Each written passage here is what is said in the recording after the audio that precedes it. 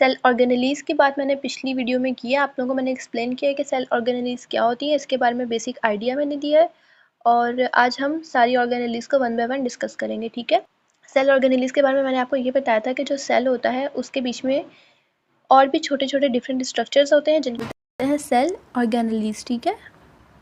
इस पैराग्राफ में यही बात की हुई है जो मैंने आप लोगों को एक्सप्लेन कर दी कि सेल ऑर्गेनेलीज़ क्या होते हैं। छोटे छोटे स्ट्रक्चर्स होते हैं जो कि सेल के अंदर प्रेजेंट होते हैं। सबसे पहले हमारे पास आता है साइटोप्लाज्म। साइटोप्लाज्म के बारे में भी मैंने आप लोगों को बताया था। सेल के अंदर जेली लाइक सब्सटेंस होता है जिससे पूरा सेल कम्प्लीटली फिल होता है, जिसको हम कहते हैं साइटोप्लाज्म। सपोज़ ये सेल है, इसके बीच में एक jelly like substance completely fill है, ठीक है। It is called cytoplasm. Cytoplasm की कंपोजिशन क्या होती है? 90% जो साइटोप्लाज्म होता है वो वाटर से मिलकर बना होता है, ठीक है। और इसके बीच में कुछ डिज़ोल्व न्यूट्रिएंट्स होते हैं और वेस्ट प्रोडक्ट्स होते हैं। अब आ जाते हैं साइटोप्लाज्म के फंक्शन के बारे में। What is the main function of cytoplasm?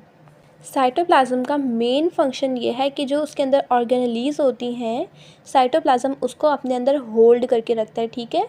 तो सेल के अंदर जो डिफरेंट ऑर्गेनेलीज़ होती हैं वो साइटोप्लाज्म के अंदर ही पड़ी हुई होती हैं। तो main function is to hold the organelles together. अभी आप लोगों को मैंने बताया कि साइटोप्लाज्म के अंदर क्या होते हैं, डिज़ोल्व्ड न्यूट्रिएंट्स भी होते हैं। न्यूट्रिएंट्स क्या होते हैं? डिज़ोल्व्ड शुगर्स एंड सॉल्ट्स वगैरह होती हैं जो कि इंपॉर्टेंट होती हैं फॉर द सर्वाइवल ऑफ ऑर्गेनेलीज़। जो डिज़ोल्व न्यूट्रिएंट्स होते हैं साइटोप्लाज्म के अंदर, उसकी वजह से ऑर्गेनेलीज़ को क्या मिलता रहता है? नरिशमेंट मिलती रहती है। तो साइटोप्लाज्म के दो फंक्शन हो गए, एक ये कि cytoplasm hold the organelles together, second ये क्या करता है? नरिश करता है सेल को और सेल ऑर्गेनेलीज़ को। कैसे नरिश करता है? इसके अंदर साइटोप्लाज्म के अंदर डिज़ोल्व न्यूट्रिएंट्स होते हैं। न्यूट्रिएंट्स यानी सॉल्ट एंड शुगर होते हैं, ठीक है। सेल इन न्यूट्रिएंट्स का करता क्या है? These nutrients are required for the metabolic reactions. Metabolic reactions क्या होते हैं? सेल के अंदर जितने भी टूटने और बनने का अमल जारी होता है। एक सेल जो है वो कंटिन्यूसली उसके अंदर कोई ना कोई फंक्शन हो रहा होता है, तो उन सब के लिए एनर्जी चाहिए। उन सब रिएक्शंस को क्या बोलते हैं? मेटाबॉलिक रिएक्शंस, यानी कि टूटने और बनने का अमल जो सेल के अंदर चल रहा है उसको बोलते हैं मेटाबॉलिक रिएक्शंस। उन मेटाबॉलिक रिएक्शंस के लिए क्या चाहिए? न्यूट्रिएंट्स चाहिए। और वो न्यूट्रिएंट्स कहाँ से आते हैं? वो न्यूट्रिएंट्स साइटोप्लाज्म के अंदर से आते हैं। साइटोप्लाज्म के अंदर डिज़ोल्व्ड न्यूट्रिएंट्स होते हैं, ठीक है। तो साइटोप्लाज्म क्या है? It is a jelly like substance जो कि फिल हुआ हुआ होता है पूरे सेल के अंदर।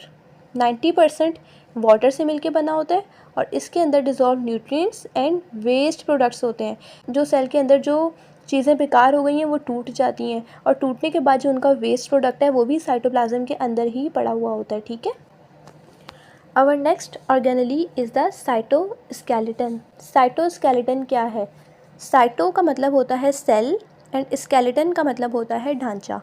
एज वी ऑल नो, हम जितने भी लिविंग ऑर्गेनिजम्स हैं हमारे अंदर एक हड्डियों का ढांचा होता है जिसका काम क्या होता है? हमारी बॉडी को शेप प्रोवाइड करता है, ठीक है। बेसिक सपोर्ट प्रोवाइड करता है हमारी बॉडी को और उसके अलावा इसके एडिशनल फंक्शंस भी होते हैं। इसी तरह से सेल का भी एक स्केलेटन होता है, ठीक है। साइटो मीन सेल, स्केलेटन यानी ढांचा। सेल के अंदर भी कुछ सपोर्टिंग स्ट्रक्चर्स होते हैं जिसको हम कहते हैं साइटोस्केलेटन। साइटोस्केलेटन क्या होता है? एक माइक्रोस्कोपिक नेटवर्क है। क्या है? साइटोस्केलेटन। सेल का जो ढांचा है, सेल तो खुद ही माइक्रोस्कोपिक है, तो इसके अंदर जो जितनी चीज़ें हैं वो सब क्या है? माइक्रोस्कोपिक है। तो साइटोस्केलेटन क्या है? It is a microscopic network. किस चीज़ से मिलके बना हुआ था साइटोस्केलेटन? प्रोटीन से मिलके बना होता है। सेल के अंदर जो साइटोस्केलेटन होता है उसको हम क्या बोलते हैं? माइक्रोट्यूब्यूल्स बोलते हैं। और वो माइक्रोट्यूब्यूल्स किससे मिलकर बना हुआ होता है? प्रोटीन्स से मिलकर बना होता है, ठीक है। ये माइक्रोट्यूब्यूल्स माइक्रोस्कोपिक नेटवर्क है, एक नेटवर्क की तरह का मैशवर्क बना हुआ है जो पूरे सेल के अंदर स्प्रेड हुआ है ताकि सेल को स्ट्रक्चरल सपोर्ट मिलती रहे।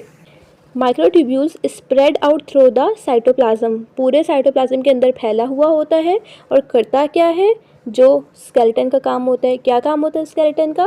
प्रोवाइड स्ट्रक्चरल सपोर्ट और ट्रांसपोर्टेशन भी प्रोवाइड करता है, ठीक है। अब सेल के अंदर ट्रांसपोर्टेशन का क्या मतलब है? सेल के अंदर डिफरेंट चीज़ों को एक जगह से दूसरी जगह लेके जाना होता है, वो भी कौन करवाता है? साइटोस्केलेटन करवाता है, ठीक है। हमारी बॉडी के अंदर जो स्केलेटन है उसका भी काम क्या है? Support and movement. साइटोस्केलेटन का भी काम क्या है? Structural support and transport within the cell, ठीक है। माइक्रोट्यूब्यूल्स प्रोटीन्स के मिलके बने हुए होते हैं। उस प्रोटीन का नाम क्या है? ट्यूब्यूलिन, ठीक है। ट्यूब्यूलिन प्रोटीन के मिलके बने हुए होते हैं माइक्रोट्यूब्यूल्स, ठीक है।